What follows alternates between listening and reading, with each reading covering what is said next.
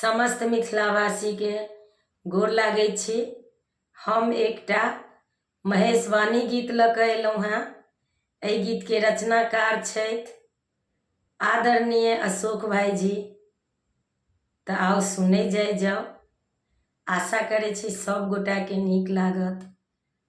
हर हर बम बम जपलनि गौरी, मोन छलनि शिव सन बर गे माई।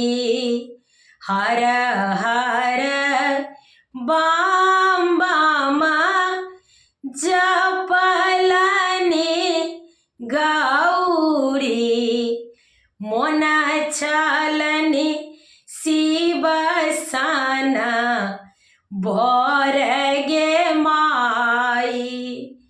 बेल पत्र चबाका गौरी दारुण व्रत ठानल, सहलनि भूख पियास गे माई। सहलनि भूख पियास गे माई, मोन छलनि शिव सन बर गे माई। शक्ति स्वरूपा गौरी शिव के आराधती, भेटलनि तकरहु पुण्य गे माई। शक्ति स्वरूपा गौरी शिव के आराधती, भेटलनि तकरहु पुण्य गे माई। मोन छलनि शिव सन बर गे माई। अढरन भोला दानी देलखिन आश्वासन, एक दिन आए बदुआर गे माई। अढरन भोला दानी देलखिन आश्वासन,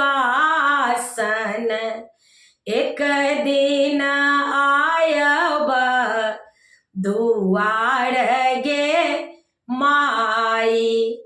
मोन छलनि शिव सन बर गे माई। एतबा जे सुनली गौरी शिव के बचनिया, भेलनि पुलकित मोन गे माई। एतबा जे सुनली गौरी शिव के बचनिया, भेलनि पुलकित मोन गे माई। मोन छलनि शिव सन बर गे माई। मोन छलनि शिव सन बर गे माई। मोने मन सब किछु बुझथि हिमावत, मैना संग कएलनि विचार गे माई। मोने मन सब किछु बूझथी हिमावत मैना संग कयलनि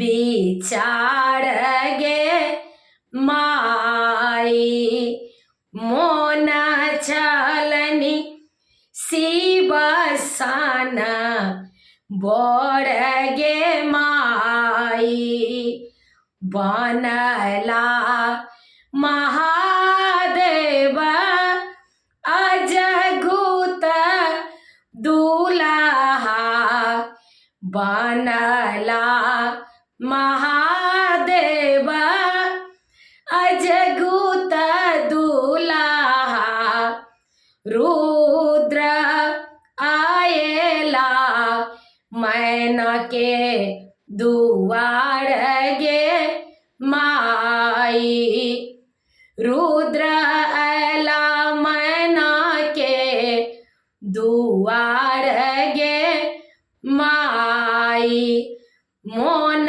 चलनि शिव सन बड़ गे माई कहती अशोक छल ओ शुभ दिनमा कहती रांझू छल ओ शुभ दिनमा भेल गौरी शिव के बियाह गे माई भेल गौरी शिव के बियाह गे माई मोन चलनि शिव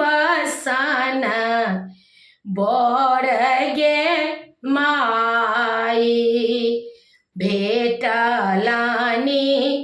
सदा शिव बड़ गे माई भेटलनि सदा शिव बड़ गे माई हर हर बम बम जपलनि